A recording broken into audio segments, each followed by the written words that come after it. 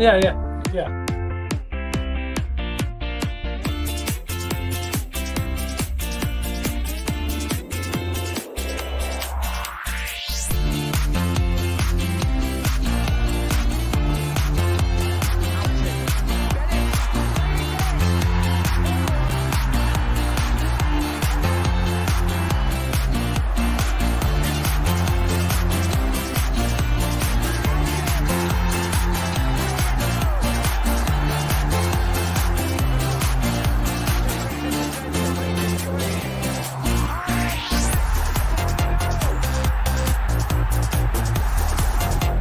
Willis with the throw. Number 2 will get it back again. And it comes in, it's going to fall perfectly at the feet of Gail Figueroa. Real showpiece occasion. Commentary are looking to add a second goal. A fine pass and a fine goal as well.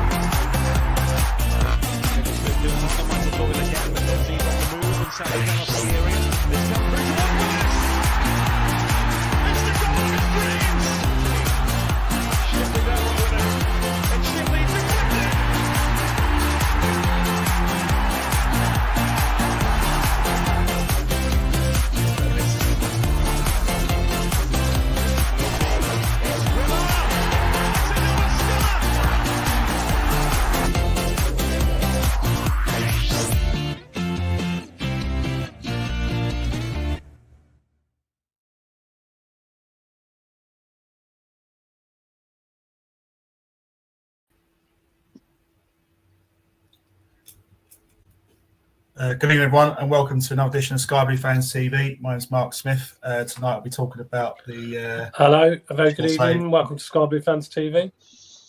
Oh, can you hear us? Yeah, so I've just had a few audio issues with Ken, so I just thought I'd take over. Can you hear us, Ken, all right? Yeah, go on. Carry on. Yeah. We're just talking about the disappointing defeat in the playoff final against Luton Town by penalties, as we all know. As you can see, we're joined tonight by Ken, Claudio, and Reese. How are we doing, guys? How are we feeling? Ken, how are you feeling after Saturday's debacle? Well, I'm still. It was a tough one to take, wasn't it? You know, it's a throw. Penalties is always throw of the dice, isn't it? Anything can happen. I was hoping it wouldn't get that far, but unfortunately it did, and we came worse off, unfortunately. But so yeah, it's a tough one to take, but you know, we've just got to push on and look forward to next season and not be too despondent. We've had a great season. You know, nobody expected us to be there. It's a bit of a bonus for us, weren't it? And but when you're that close, it is a bit annoying when you fail the last hurdle. But I'm still, you know, it took a few days to get older. I'm still ain't quite over it, but I'm sure after a summer break and a nice holiday, I'm sure we'll all we'll come back nice and refreshed in August.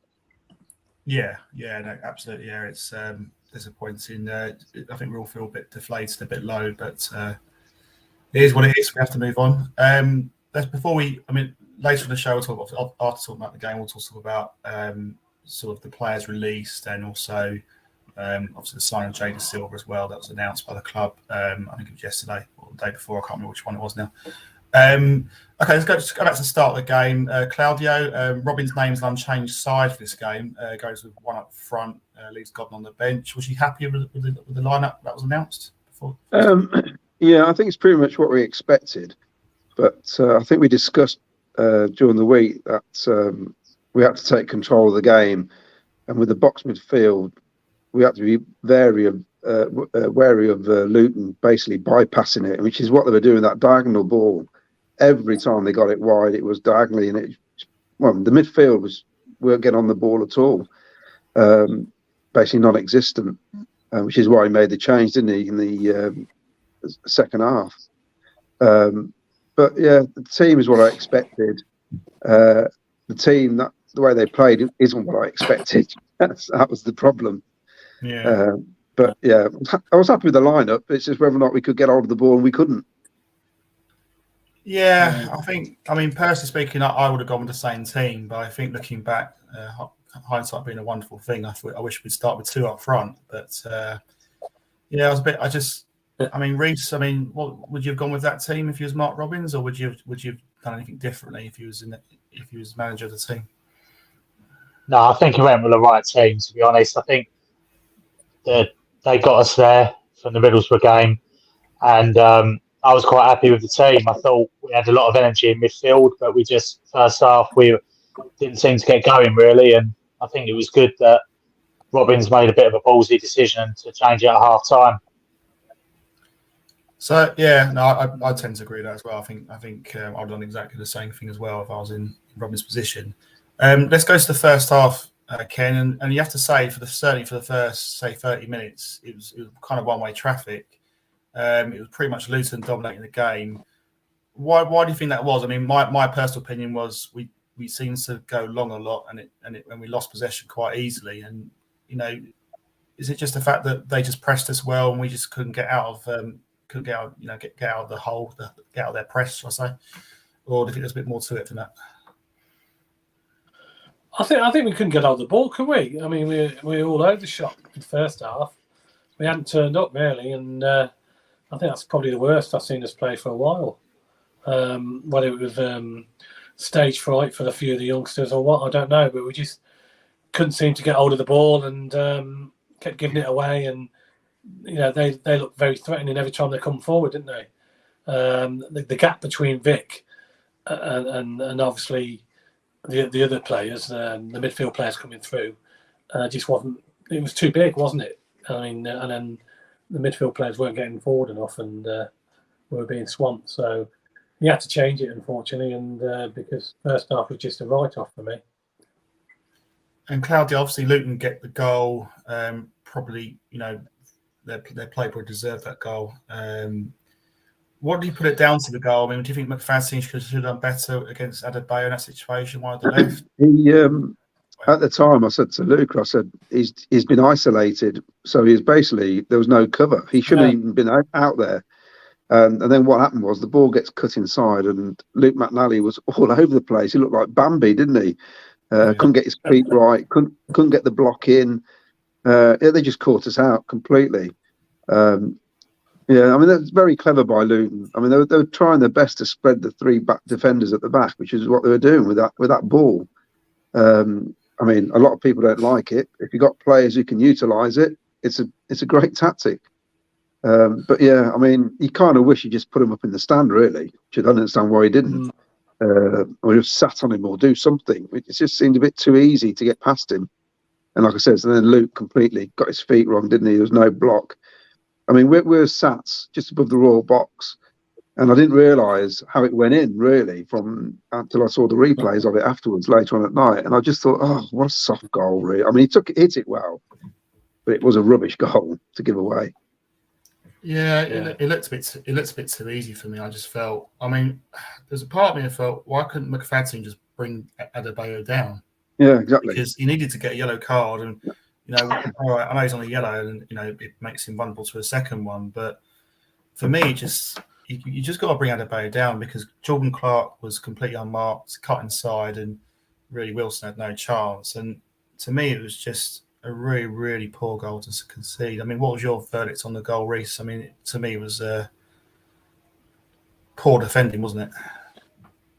I think so, but you've got to look at how good the play was from Adebayo as well. He skinned, a nice few bits of skill there and skinned McFadden a few times. But the thing that I did notice with the goal was as soon as McFadden was exposed, I think Callum Doyle was the closest player, and I think he should have literally busted the gut to get over to at least give him that little bit of cover or support. But McNally was slow getting back, but I just felt that maybe Doyle could have come across and then McNally might have used his brain and then cut in where Doyle would have been. I just felt that Doyle didn't really react to the situation. He was expecting McFadden to deal with it, and I think in a big game like that, you need to go over and support him.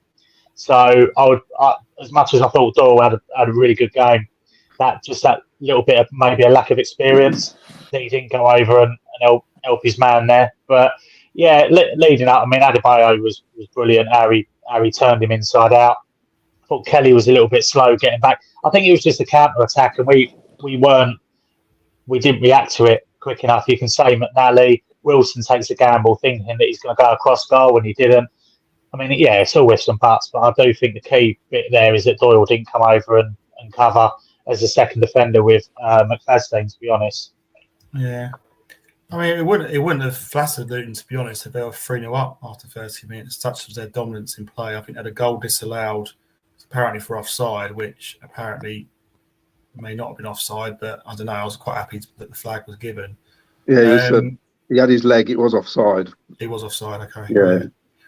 I mean, that was the. I mean, I think last 15 we did come back into the game. I think Haim had a sort of shot which went over the bar, was kind of overstretched a bit, but we were a bit better towards the end of the half.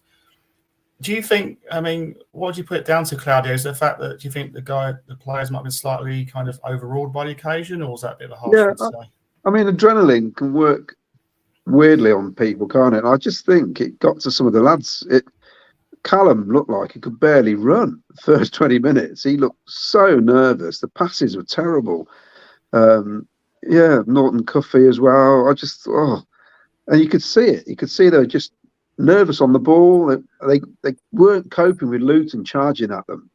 They weren't coping very well at all under pressure. So it probably was down to nerves, and they had to get through it, didn't they? And obviously they conceded. But yeah, it's a big occasion for some of those players. Some of them never been in that kind of environment. Yeah. And on top of that, the expectation was huge, wasn't it? I mean, they must have felt the whole Sky Blue army behind them thinking, come on, boys, we've got to get over the line. So it's a bit of stage fright. I think it kind of adds to pressure when you almost the fact that our record at Wembley is really, really good before that game. Obviously, we've won our last 2 games at Wembley, and obviously before at 1987 won the Cup, although admittedly we lost the Charity Shield game. But do you think that played a part, Ken? Do you feel the players maybe got a bit overawed by the whole occasion, in your view?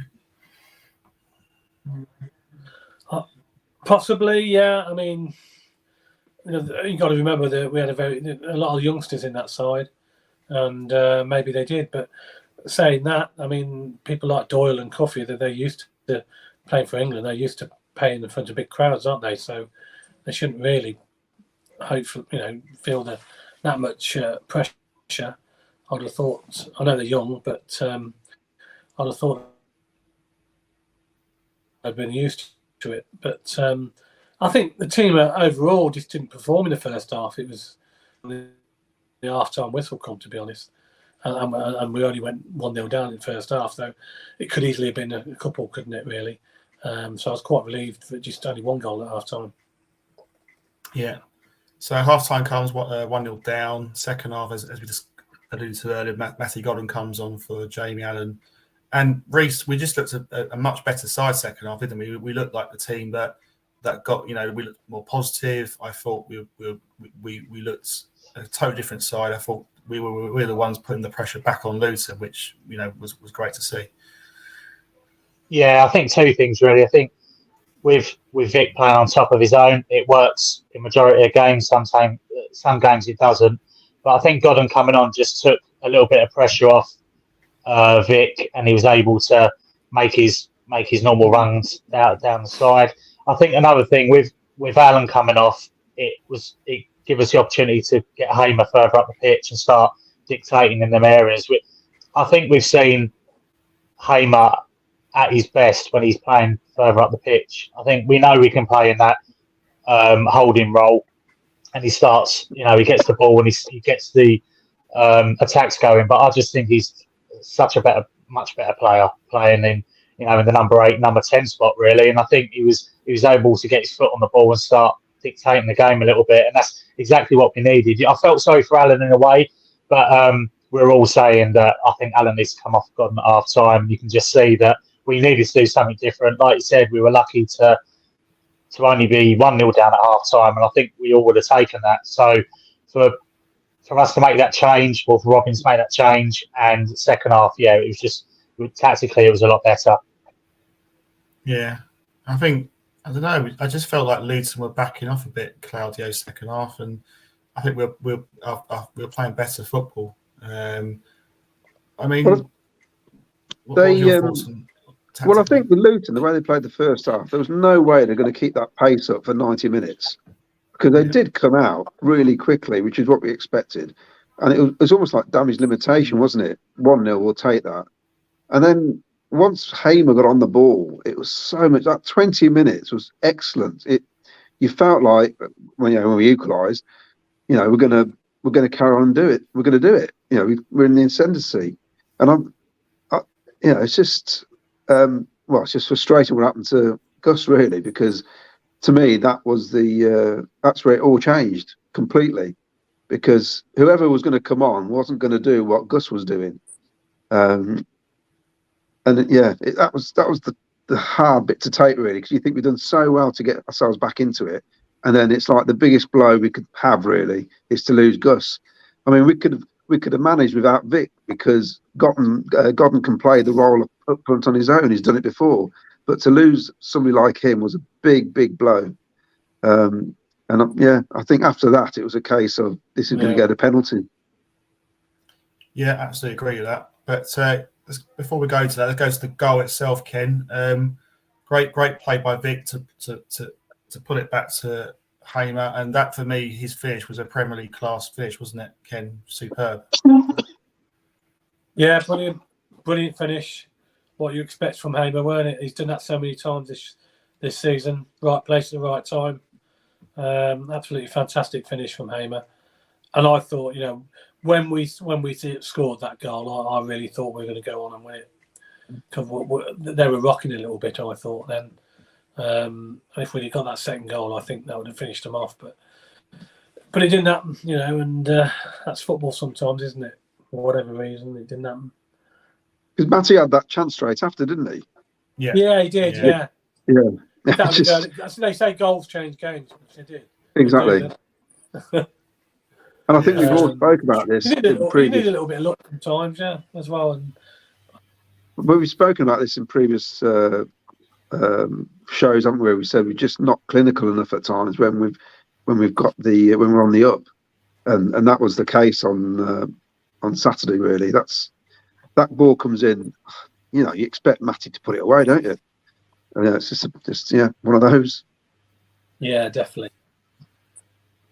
I don't know if it was on his weaker foot, maybe, because he was on his left foot. I know he's probably better right-footed, but I still think he should have hit the target from there. It's just frustrating because I keep having flashbacks to that, thinking if that nettles in the bottom corner, okay, we would expect a deluge from Luton, but I think we could have had enough there to help hold on and win. Yeah. So it wasn't to be. It's just really frustrating. And then obviously after that, Hamer goes injured. And you're right, Claudia. It was just a case of really getting through. And we did look at the same team after Hamer went off. We just didn't have any threat. And obviously Casey Palmer came on, and I think he was substitute as well. So really, it just shows how much we rely on Vic and Hamer. I mean, you look back on the season as a whole. Without certainly Vic and Hamer, we wouldn't be talking about this game right now. In all fairness, because they've been certainly Hamer for me has been my player of the season anyway. But those two in particular, not just the goals but the assists they provide and the general team player, have been one of the big reasons why we are where we are, why we finished in that position this season, or last season now, shall I say. And then extra time, nothing really happened, did it, Reece? It was pretty. I was sitting there thinking, "Come on, I don't want blooming penalties," and I was dreading it. But I think we just ran out of gas a bit, didn't we? Yeah, I felt a bit more optimistic than that. I actually thought Luton were because, like Claudio said, the first half they literally come out the blocks, and I think Luton were the team that was struggling more than us, to be honest. And I thought, when Hamer went off, it changed the whole game. Palmer coming on for. He gambled in for half an hour, and I thought Palmer done quite well. I thought he got on the ball. He carried the ball well. We had a little bit of threat, but like you say, not much really did happen, apart from Panzo giving us all a bit of a scare. But that's another thing. I think Doyle coming off as well. Panzo didn't quite wake up today. I thought Doyle did grow into the game. I think his pass out to Vic that led to Hamer's goal that you just alluded to, I thought was brilliant. But I think it got into extra time and it was inevitable. I just think both teams didn't quite have that extra 10% to get that goal. And it's like you say, when he gets penalties, it's roll the dice, and unfortunately, we come off second best this time round. Yeah, I think. My feeling was when he gets to penalties, I didn't feel massively confident, if I have to be honest. And what was your feeling going to penalties, Claudia? Was you feeling that we could still do it, or was you? My first thought was, who's going to take them? Is what I thought straight away, and I thought we got Vic, we got Matt. That's great. I thought Ben Sheaf would, and then I was thinking, right, who's taking the others? And I've got to say, the first 5 penalties were brilliant, weren't they? They're absolutely brilliant. I mean, even theirs, in all fairness, the keeper's got nowhere near them. But then, obviously, what worried me, knowing that Fancati was going to take that one. And I don't know if you get into the ground early enough, but me and Lucas sit there and watch all the, when they practice shootouts and everything. I don't think Darbo's ever hit one in a when they do that playing the 1-2 and having a shot. I don't think he's ever hit the back of the net. So when he stepped up, I said to Luke, I says, "This is going over." I said, I just felt straight away. I just knew it wasn't going in. And then I thought, surely Fads should be stepping up. I just thought Matt Fadson would have stepped up and just smacked it straight down the middle. That's what I was kind of expecting.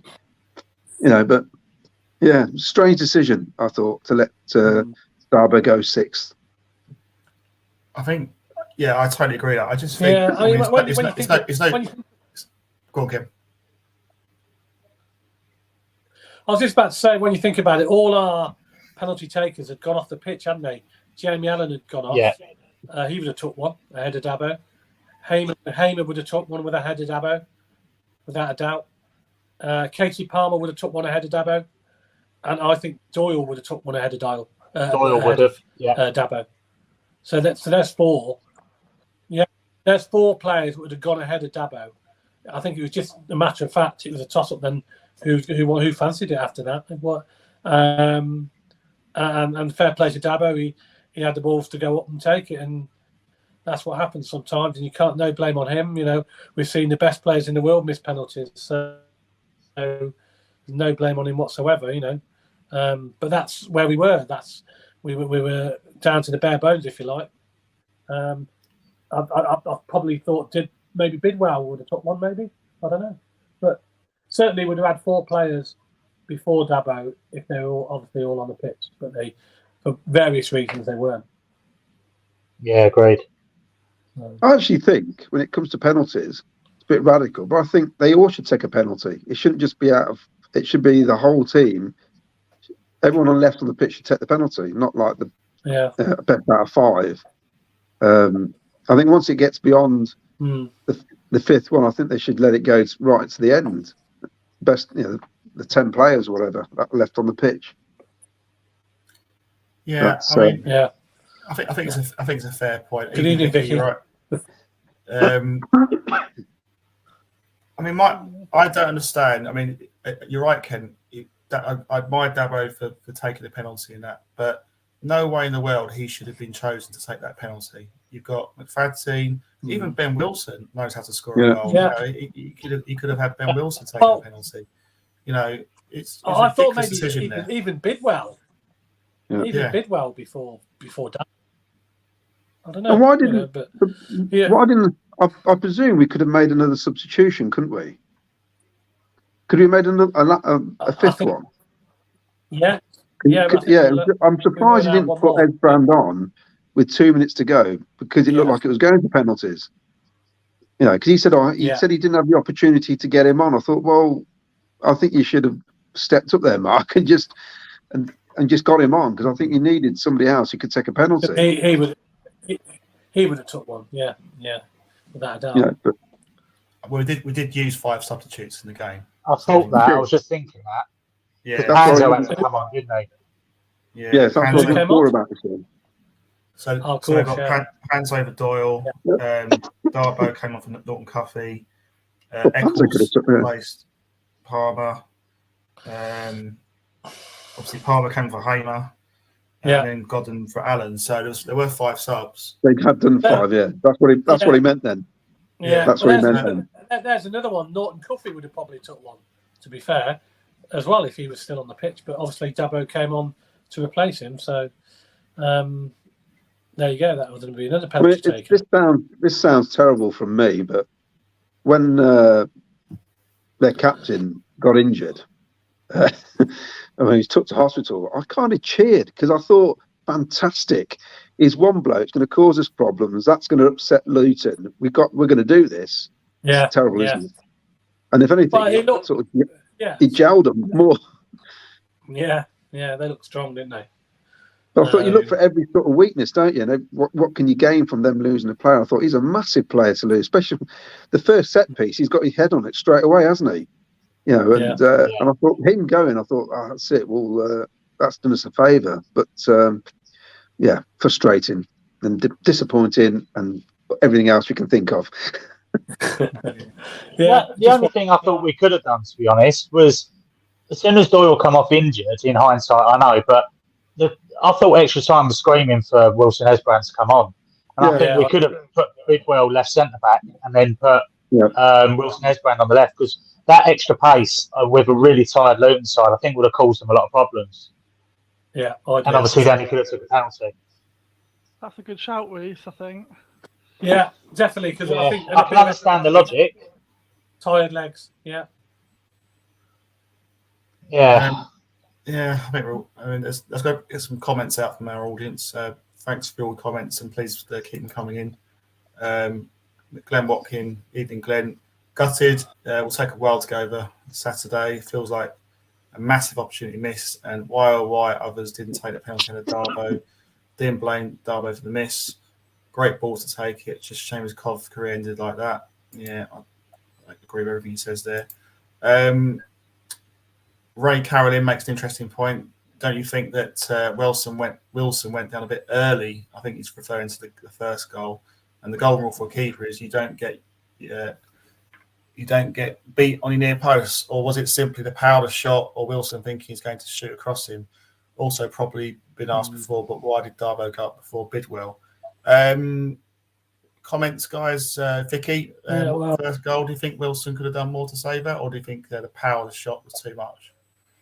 I think maybe the power. I think that the bigger problem was that we didn't deal with it when it was out on the wing with Fads, and I think once it had got past that bit, we were in trouble really, weren't we? Unfortunately, I think he should have done all he could to just take him out, even get a booking at that stage. I think it was difficult for anybody to do anything after that chance had gone. But yeah, interestingly on the penalty point, Robbins obviously had been practicing penalties with the thought that it might get that far, and so presumably in that practice and sort of training, people like Bidwell weren't interested in stepping up, or maybe weren't very good and didn't feel confident about it. I mean, I suppose that's what we'll never know.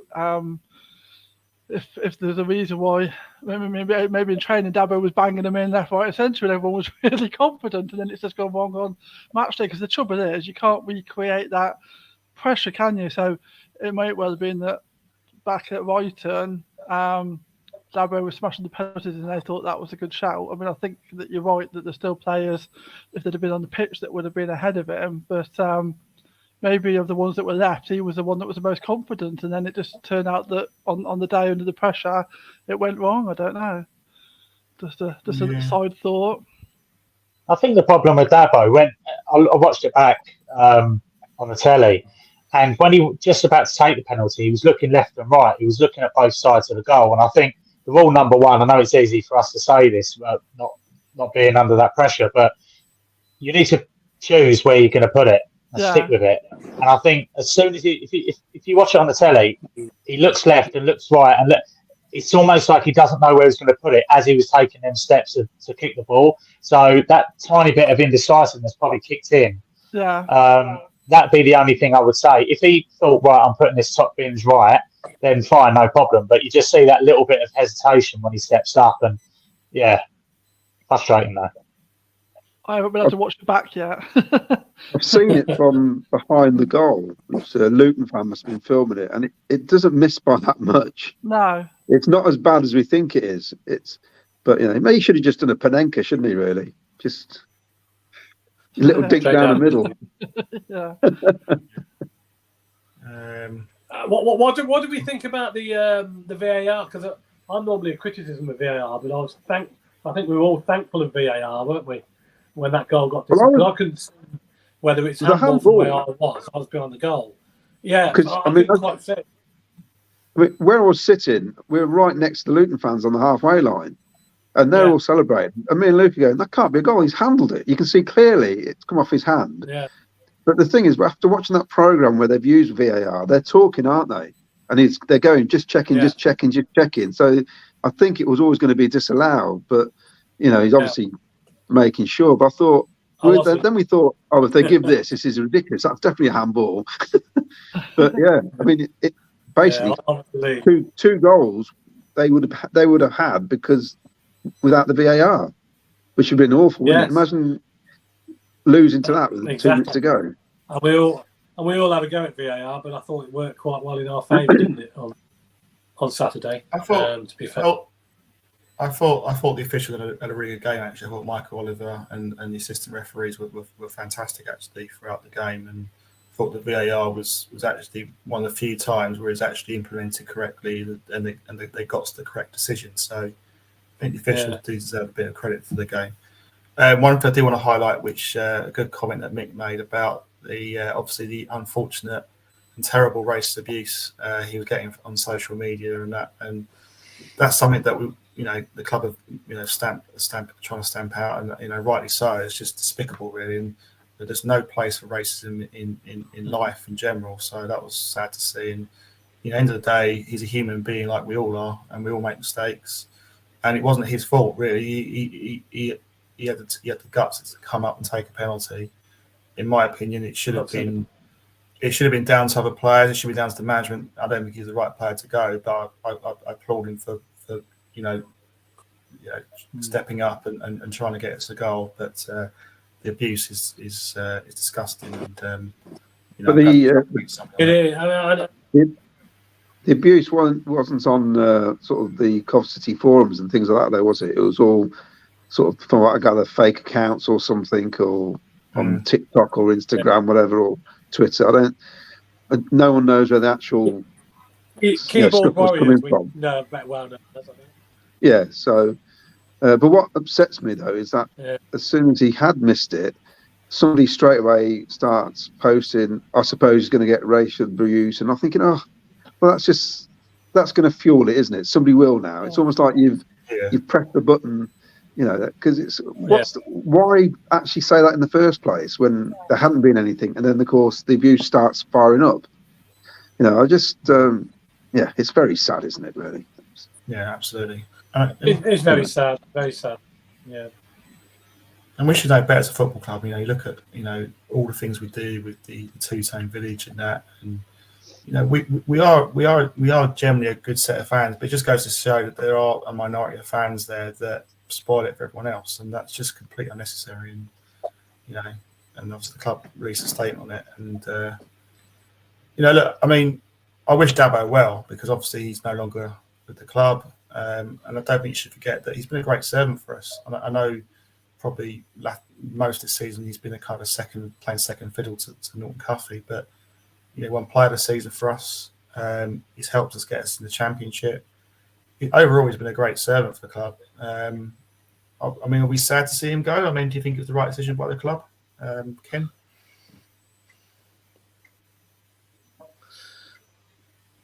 Can you hear us, Ken? Yeah, I can hear you. Yeah, I think probably yes. Overall, unfortunately, if we're looking to move forward, it wasn't his fault, but he did miss a lot of games. He was never quite the same player he was in his early career with Cov. He's had a few bad injuries. He's come back, and it seemed to me he's lost a little bit of pace. Obviously, which you do after injuries like that, and he probably wasn't quite up to speed. And obviously, Robbins has got other plans and long term, and he's going to bring other players in. And to do that, he has to obviously release players to free up wages on the wage bill. So unfortunately, it's probably the right decision, because we have to trust Robbins. He's the manager. He's got plans, and he's probably got lists of players. And don't forget, Robbins has done this before. He knows sentiment for players like Max Biami and players like that. He's released players that are very popular with the fans and supporters. So he doesn't hold back there. He has to release people, whether they're well liked or not, unfortunately. And overall, I probably think it probably is a right decision after all. But we need to move forward now and bring fresh players in and hopefully go again next season. Yeah. Okay. Yeah. No. Absolutely. So we're just going to take a quick break. We'll come back very shortly. We'll talk more about players leaving release and more about playoff stuff. So we'll be back in 1 minute. So stay tuned.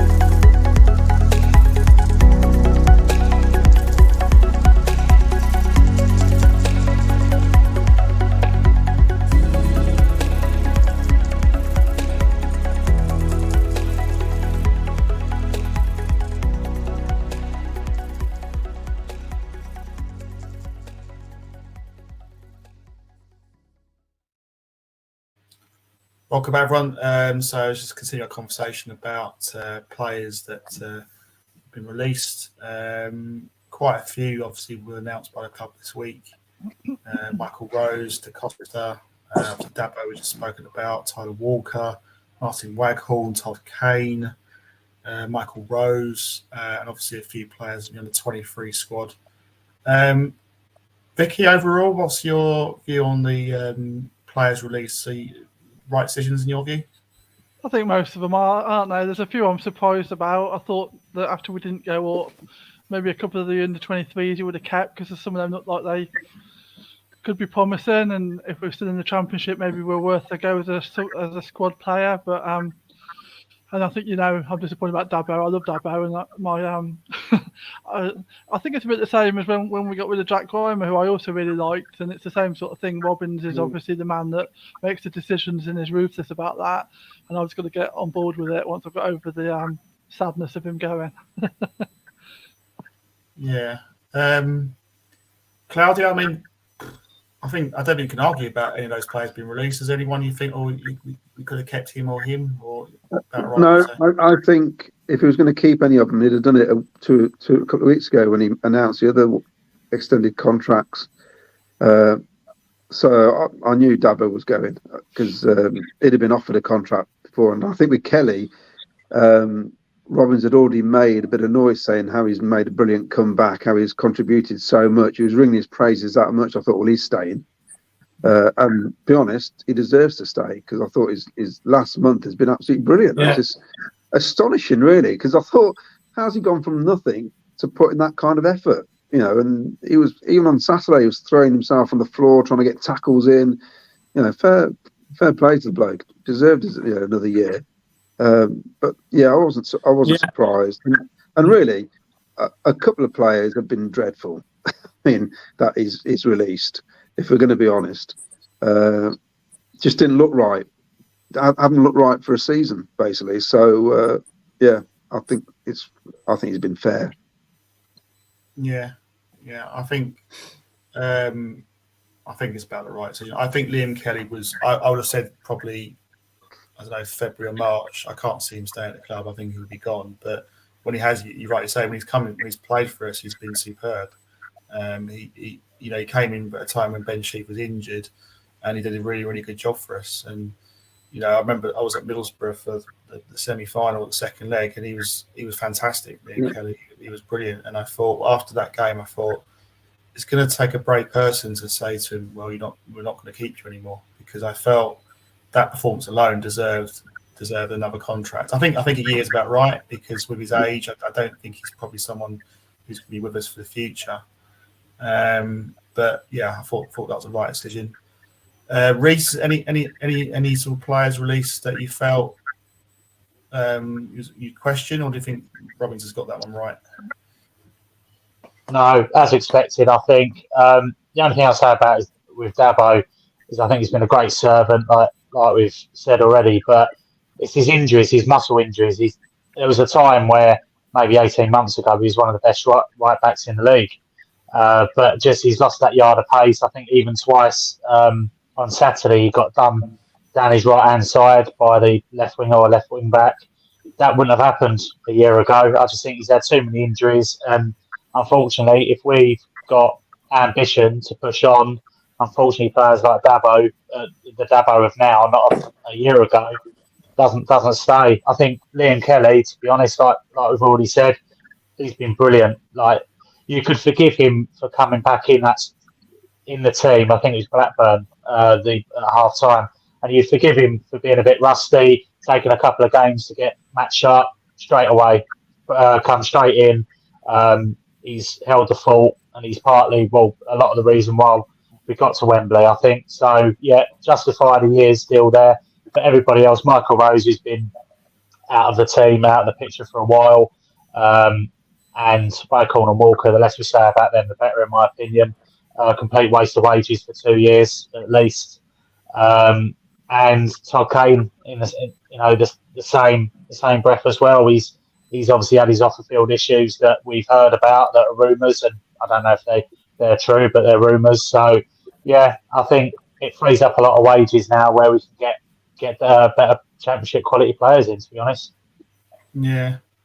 Other topic of conversation, St. Ken, is obviously the future of our best two players, obviously with Victor Gyökeres and Gustavo Hamer. I mean, do you feel you can keep either of those players or not? I think we can keep Hamer. I think there's a chance we can keep Hamer if we sell Vic, which it looks like we will. Get a good fee for him, and hopefully we can keep Hamer. But that's down to money. Money talks, as you know, doesn't it? And that might change. But I think we've got more chance of keeping Hamer than Vic, personally. But one of them will definitely go. Possibly two, but that all depends on the club. If they get a good fee for Vic, do we need to sell Hamer if we get 20 million for Vic? I don't think we do. I think we can keep Hamer if we get 20 million for Vic and build it around him, and maybe a future captain as well. Yeah. What's your view, Claudia, on the Vic Hamer situation? I mean, do you think sell one or No, I think they have to do as much as they can to keep them both, because I think it'd be a really, really poor decision if we want to build to get promoted. They keep talking about 3 out of the next 5 seasons or whatever. It's going to be a lot harder to replace those players than it is to work with them now. We got lucky. I mean, we got Callum O'Hare to come back as well, but we got lucky with these players because they didn't cost a lot, and we've developed them. And I don't know. I think there's no need to sell them anyway. They got a year on the contract. Unless the player actually really wants to leave, that's a different story altogether. But if we want to move forward, we need to try and keep hold of them. I mean, I've looked at other teams. I'm thinking, well, there's Pirro, there's Diaz. I'm struggling. Who'd want to come to us who aren't already established at another club and quite happy? So I think we just got to try and keep hold of them. I mean, he's got 2.5 million burning in his back pocket from the premium season ticket thing at the minute. If I was him, I'd just offer him half of it each, as far as I'm concerned. If he's talking about ambition, and he was on the radio yesterday saying all the right things, it's this summer then, show the right thing. Do what you think we should be doing, and that's keeping hold of our best players, basically. But does that not run the risk, saying Gyökeres' case is out of contract in 24, that we risk losing for free? I mean, would you be happy to run that risk, or do you think we should try and offer him a contract, do what we can? No, they need to offer an extended contract, at least another year on top. So you got a 2-year contract. And then you can actually, because what some clubs do, don't they? They won't put in a release clause in probably, but they might say, 2-year contract. We'll let you speak to somebody in 18 months or something, that kind of thing. You're free to have a deal with somebody else, but it just seems mad to let them go. absolutely, especially Hamer, absolutely crazy. You know, because without him, okay, Vic scoring goals, but without Hamer, it would have been mid-table this season. Yeah. Nowhere near the playoffs. I mean, the pair of them dragged us through the last month, really, in terms of getting the goals and playmaking and all the rest of it. So I think it's absolutely crazy if they just let them go. I mean, and if they do let them go, you've got to be 25 million plus. It has to be. Else it's absolutely pointless, because to get the replacements the way we want to be, you're going to have to spend some money. Yeah.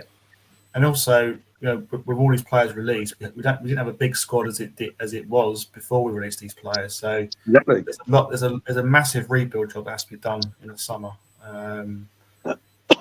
You know, so what's your view, Vicky, on the Hamer Vic scenario? I mean, you know, if you're the chairwoman or manager, should I say, what would you do if you're in Mark Robbins' position? I mean, would you be trying to offer a contract, or do you? I agree with Claudio. Really, I think that we should be doing all we can to keep them. I just think that we're in a difficult position because obviously players have got power, haven't they? So if none of them want to sign another contract, no matter what we offer, there's only so much we can do, isn't there? But I agree with Claudio. We should be doing all we can to keep both of them, rather than thinking about how much money can we get for them. Because if we keep them both for the season, I think I said earlier in the year, I still think we can do automatics next year if we keep our best players and just add to it with some extra quality.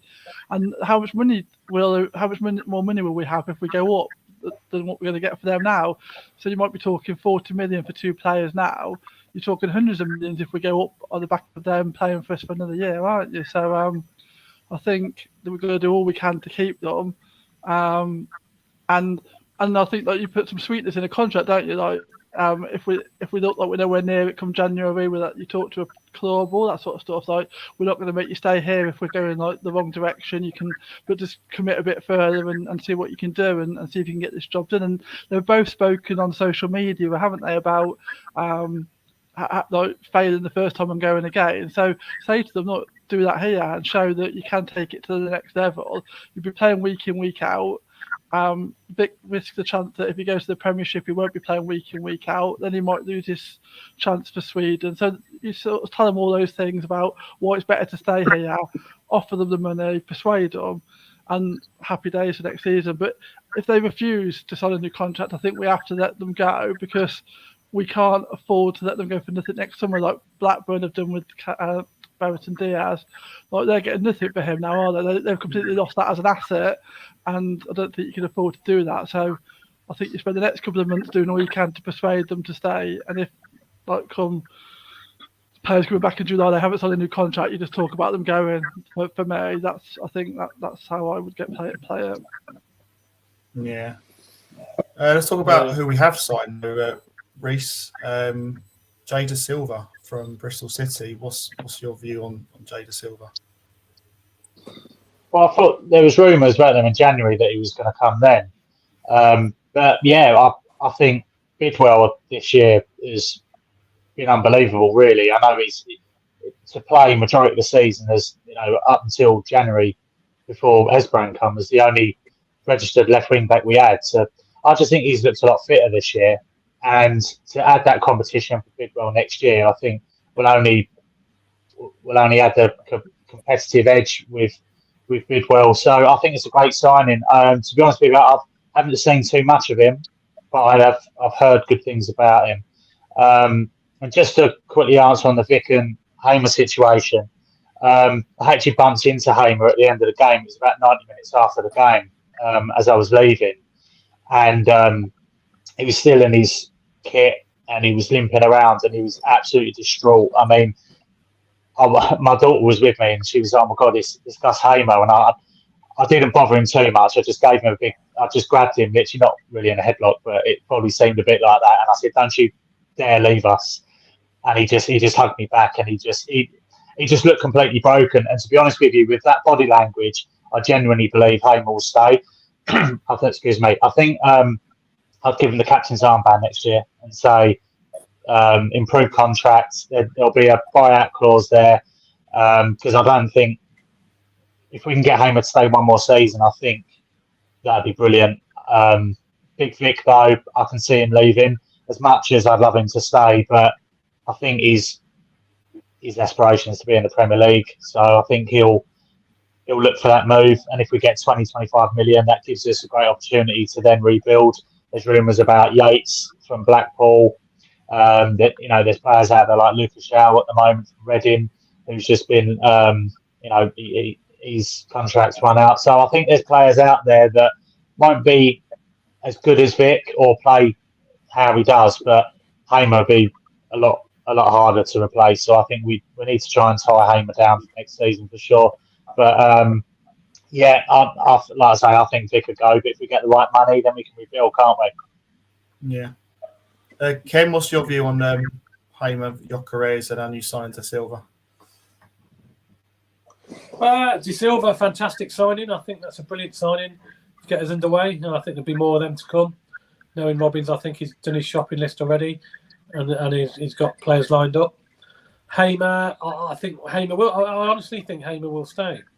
That's what I think. I'd like Vic to stay, but I don't think Vic will. I think Vic's been sounded out, and I think Vic will probably be looking to move on. And if he does, it'd be great if he does stay, but I just can't see it.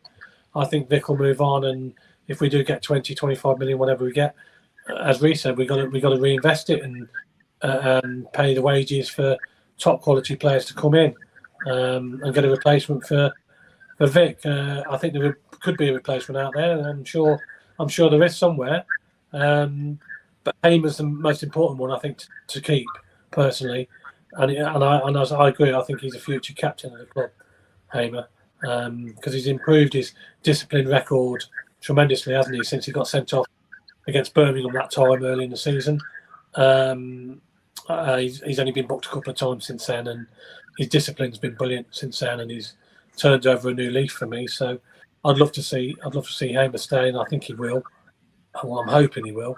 But if it goes, if he does, then we need to cash in and get the money now and rebuild so we can give it a good go next season. Yeah. I think you're right. I mean, I want both players to stay, but I think realistically, I think Vic will go. I think we've got definitely got more chance than Hamer. I think the other thing to factor in is if we do sell Gyökeres, is obviously Brighton and Hove Albion will be entitled to a certain amount of money as well. I think on sell-on fees. I think so. We might not get the full fee. So that's another thing to factor in. But I'd love us to keep our best players. But what I don't want is a situation where we lose these players for nothing, and they go for free. Yeah. So that's the only slight concern. But yeah, I think it's a good shout about Hamer as captain. I think given incentive, he's revered by the fans. He's adored by the fans, and both players are adored by the fans. In fairness, and we are a special club, and I hope Hamer remembers that. But it's interesting thing you're saying, Reece, about the fact that he's kind of hugging it in the game. It kind of gives you a bit of, in some ways, a bit of reassurance that might even happen. He might stay. You just don't know. But let's see what happens on that. Let's got a couple more comments. Glenn, rumours are we're after a couple of defenders from Stevenage on the free. I think one of them is Luther Wilding. I think is a right back. So we'll see on that.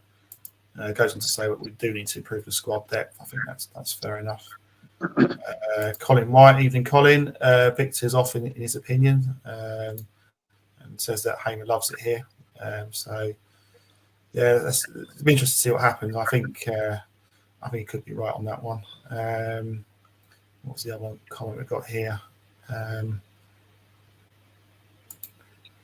Mick's Davenport, even Mick. Really don't know whether Hamer will go or not, as there's a lot going on in his personal life according to the rumours. Well, yeah, but we'll just have to. Obviously they are just rumours, so we don't really know what's going on. But hopefully, I was interested to see the rumours about.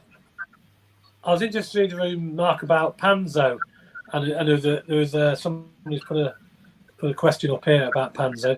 Would you sign Panzo? The answer for me would be yes. I think Panzo's done enough to impress me. I don't know about what the others think. Yeah, me too. Yeah. I'd sign him. Yeah, definitely. I think. I know you could say, well, Panzo made that mistake, which almost led to their winning goal in extra time. Is there? I mean, Reece, is there a view of Panzo where it's almost like a Ben Sheaf scenario where Ben's first season with us, he made a few mistakes, but he had that bit of raw quality. Do you see the same attributes in Panzo? Do you think he's a player that, if he did sign for us, that he would be developed into a top class centre half?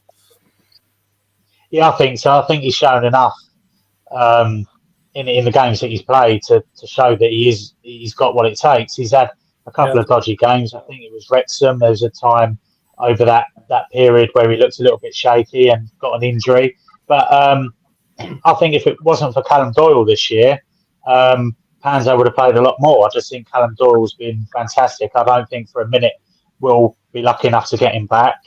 But Panzo, for sure, I think brings that little bit of stability, because where we defensively have been so good this year, to lose possibly McNally if he comes back, great. You know, that's a toss of a coin.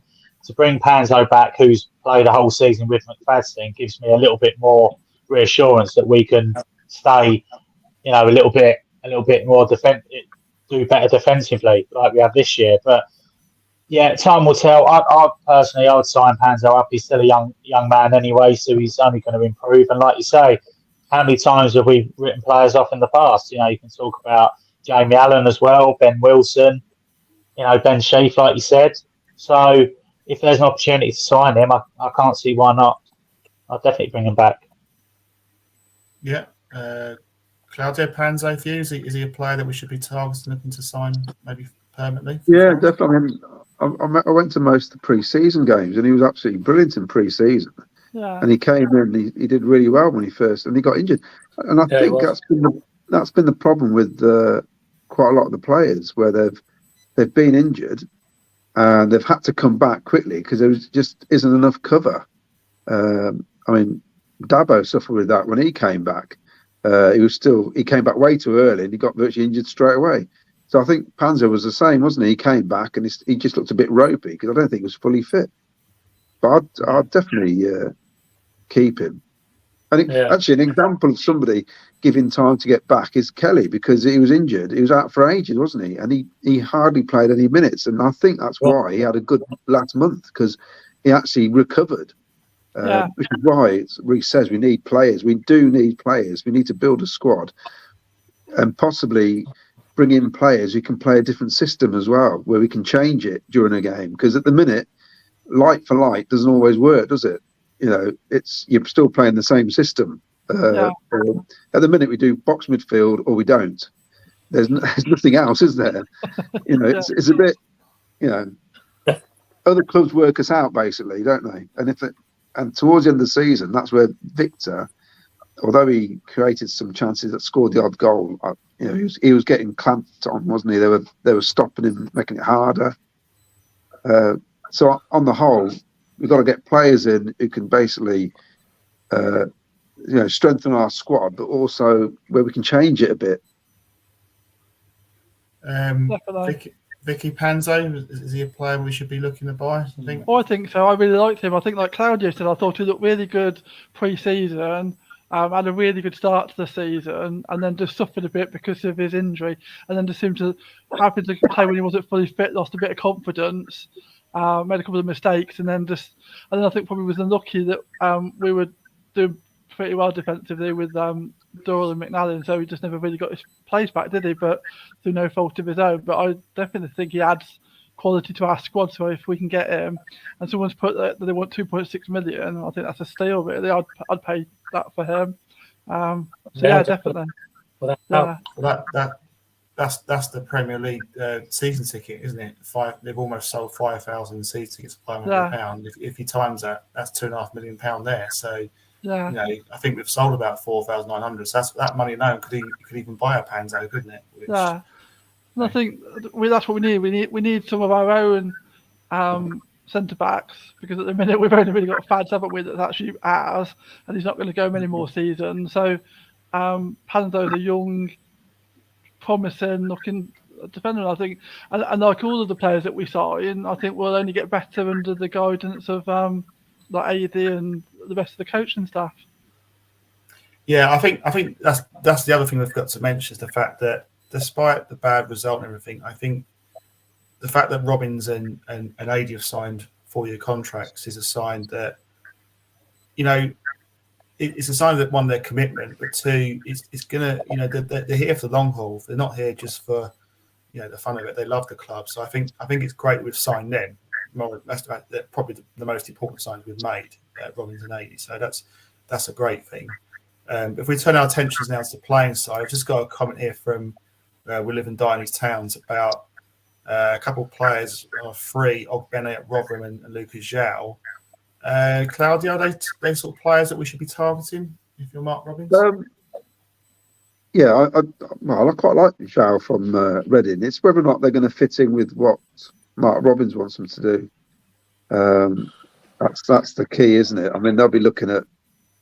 I mean, if Victor did go, it wouldn't surprise they bring somebody in you didn't expect, and we'll be going, "Who's that then?" A bit like Victor, but they've, you know, obviously you'd like to think they've done the homework. I mean, I've looked at loads of players, and he's just thinking, who do you bring in? It's so difficult. I wouldn't like to be our recruitment staff now because, you know, I think it's going to be the hardest championship for years now with the teams that have come down as well and the teams that have come up. It's going to be an incredible league, and there's going to be a lot of clubs who'll be trying to get players in, and the key ones are forwards. You know, goals get you up that table. You know, so it's whether or not. I mean, with Lucas Zhao, say if Leeds come in for him, who's going to be more attractive to him, us or Leeds? It's that kind of scenario, isn't it? You know, you're battling with you know, other well-established clubs, and the chances are Leeds can offer more money because they've got parachute payments and that kind of thing. So it's going to be so hard for us to pick up players, really. So I just hope they have done their homework, basically. I suppose the one good thing is that we actually are at last a bit more stable. We're not that club where they're thinking, oh, like we've had so many off the field issues, haven't we? That must have put some players off coming there thinking what's going to happen. And at last we've got a bit of stability. And you hear rumours about some of these other clubs like West Brom are in a mess apparently, and even Leeds to a degree. And so hopefully that might actually do us a favour. We might not have the money, but if you're a player, you don't want to be getting involved in issues like that, do you? You want to be able to go play somewhere. So hopefully, for once, we might actually look at an attractive proposition to some players and be able to get a few of them on that basis. Because I think I heard that West Brom were interested in that Yates from Blackpool as well, but on the basis that their chief executive ran away before he had to sign the audits because apparently they're in such a mess. Would you really want to sign there when you could sign for us and we were like a shiny new owner and it's all good times here? That's fingers crossed that helps. I mean Jerry Yates is an interesting shout because I think he's got about 14 goals for Blackpool. Bear in mind they're a team that got relegated from the Championship, and I think he would be an interesting shout for us. Yeah. I think your dad Reece makes a good point about personality and character is important in the dressing room because we have, as he rightly said, we have got a special spirit, and it is also about personality, isn't it? Because you don't want to sign a player that's, although it could be a great player, is a loose cannon and might disrupt, the dressing room, because the dressing room is kind of, the team spirit is so important. And one of the things we have got at Coventry City is a great team spirit, great camaraderie, and that's a big thing for me as well. So it's not always easy knowing that, though, is it? Really, I mean, how do you know someone's personality? I guess you just have to, speak to other people. It's not a black and white issue, is it? Really. No, I think Robbins does a good job with that, doesn't he? He has in the past. He's got a good record of bringing the right people in, doing his homework. He very rarely gets it wrong. He's got it wrong on a couple of occasions, I suppose, but 9 times out of 10 he gets it right, doesn't he? And the players. I think even the players that maybe haven't been successful as a player, like so from a playing perspective, like your Waghorns maybe, haven't then been disruptive to that. Like they haven't. So he's still got it right from that perspective, haven't they? Because they've all still been players that fit in that team spirit. So whilst they haven't always panned out as was probably expected from a playing perspective, they have all generally fitted into that ethos of that we all work together and. Because I mean, even like the likes of Walker, you can see that they all, as players, they all get on. There's no oh, were you a bit Yeah. rubbish or anything like that? So Yeah, exactly, and I think it's important, to have that yeah, camaraderie, if you like, in the dressing room, and that's one good thing about our team. I think we've got great team camaraderie between us all, and hopefully Robbins and ADV Vash will do their homework, which I'm sure they will, and the recruitment team, and bring in the right type of players, not just with ability, but attitude and off field, fitting into the system, if you like, that Robbins plays. Comment here from Madman 007. Agree with Claudia. I think Robbins will be looking at players who he can use in several different formations to expand the options, as we only at the moment play 2 formations. Joe Kelly's made a comment here about Robbins and AD will have plans. They wouldn't have signed a new contract without certain assurances. There must have been a plan for both outcomes. So yeah. I think they're 2 decent comments there. One more comment here. We'll live and die in these towns. Get the words out of my mouth. The player's personality defo has a fit at our club, hence Kane and even eventually to a degree Wilson Esbrand too. Mick Davenport, we don't want another backhorn Clark Harris also has been mentioned again, but his attitude stinks. I guess really this is probably one of the biggest summers since we got up to championship. Would you be fair to say that's a fair comment, because just the turnover of players that are coming and going.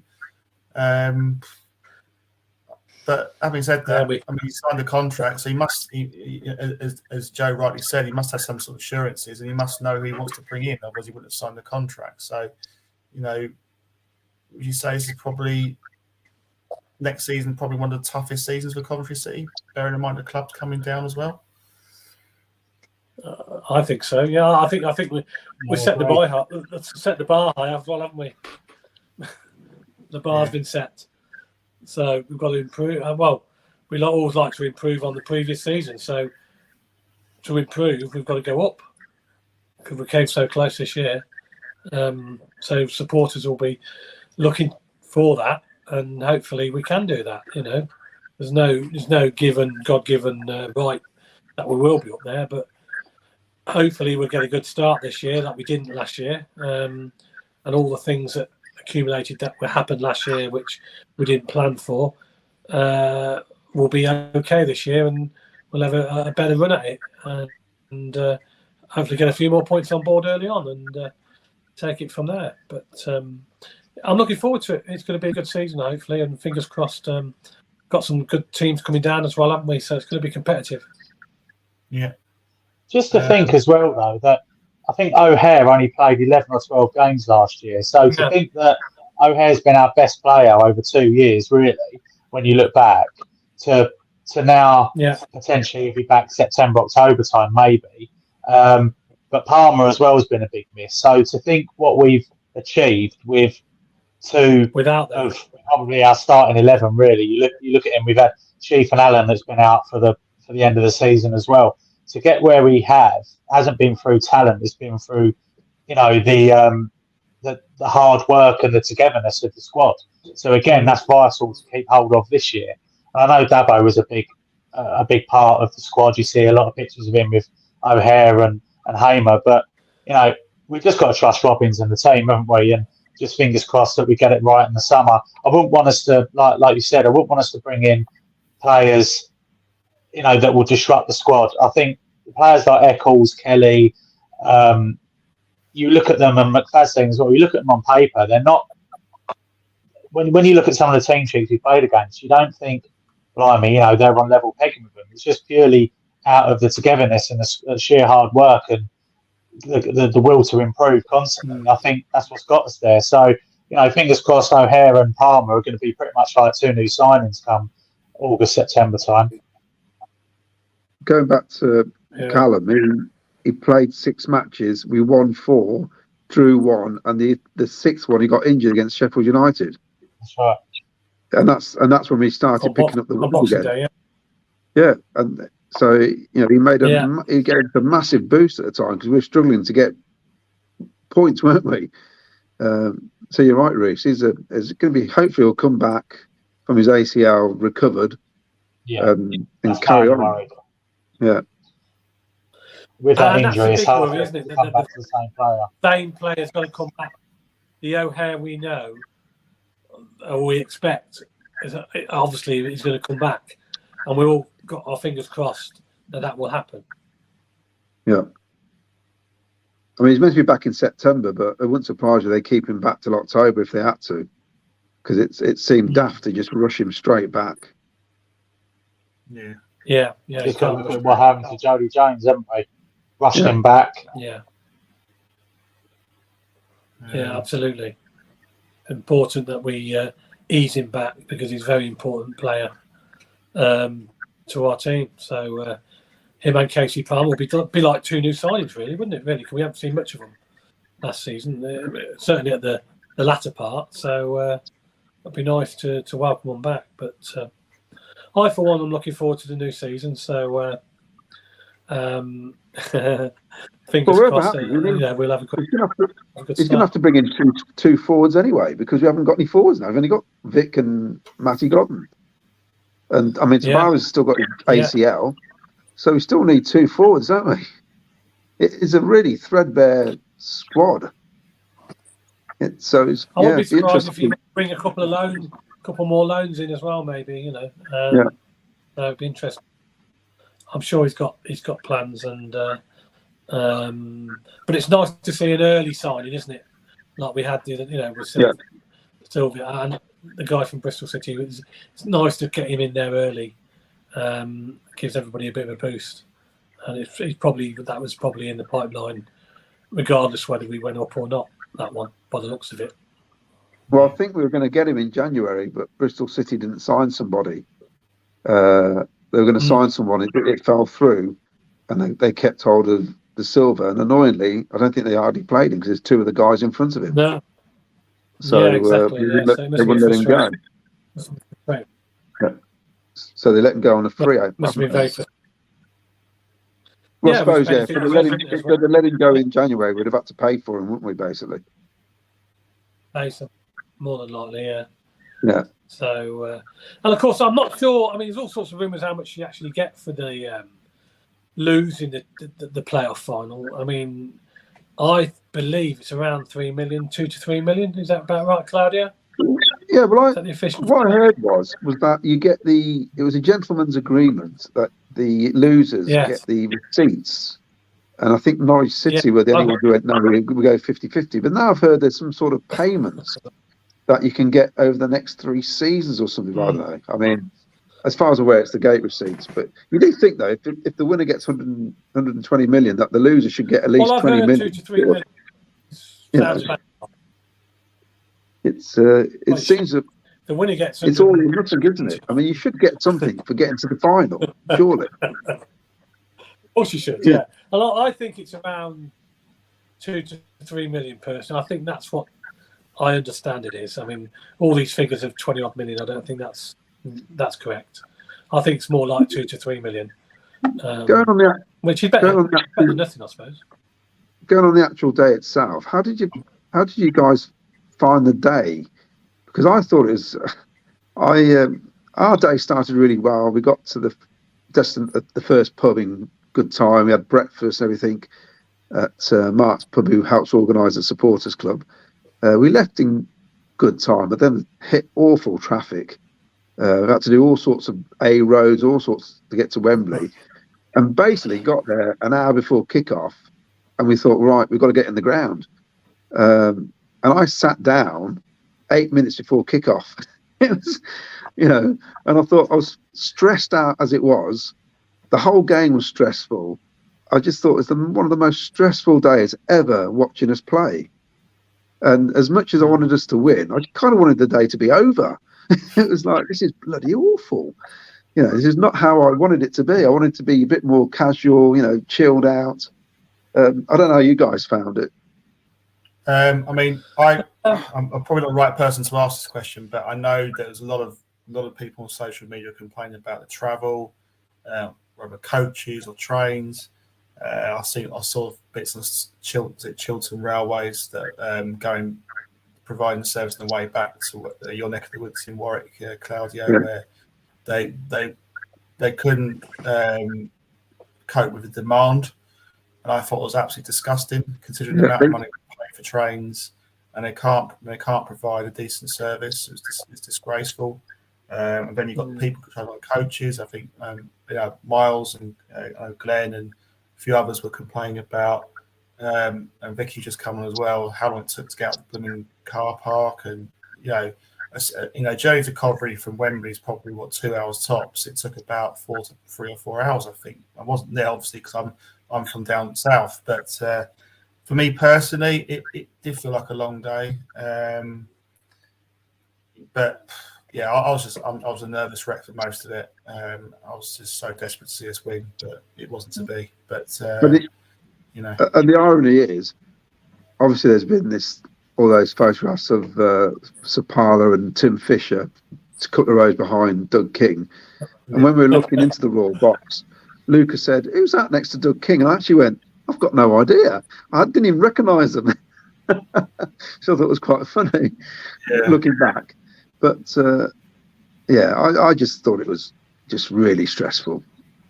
Yeah, it was. The whole day was stressful. I mean, yeah, it was. I mean, we went down by minibus. We got down there in good time. It weren't too bad, but we couldn't get a drink in any of the pubs, unfortunately, because the box part was full and we couldn't get in there. And various places, the queues were ridiculous. So we ended up going to the Crystal, I think it was the Crystals Club or whatever it's called, and we got a drink in there. So it wasn't too bad in there. If we'd have found that earlier, it would have been great. And then we managed to get into the ground in plenty of time. So it wasn't too bad, but obviously on the way back it was a bit stressful because we were stuck in traffic and everything, and I've heard all the nightmare stories about the trains and people getting back at 2:30, 3 o'clock in the morning, getting taxis from London to Coventry, ridiculous situations where trains have been cancelled, which is a disgrace really. The train companies have put the money for tickets, they should be able to honour travel or at least get people back in a decent time.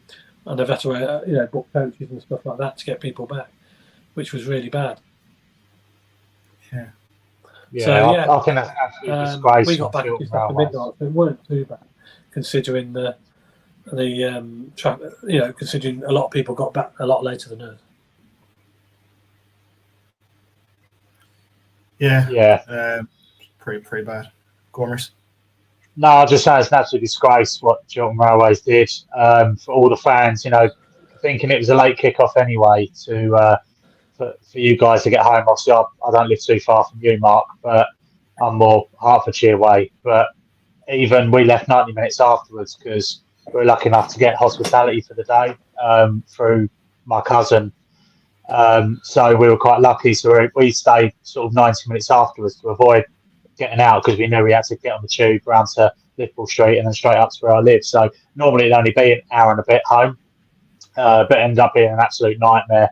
By the time we left, I saw it was just a whole sea of orange shirts, and it was just the last place I wanted to be. But I ended up being collared by all the Luton fans at the end, and it was a nightmare getting through Wembley Way. Everyone chanting Luton.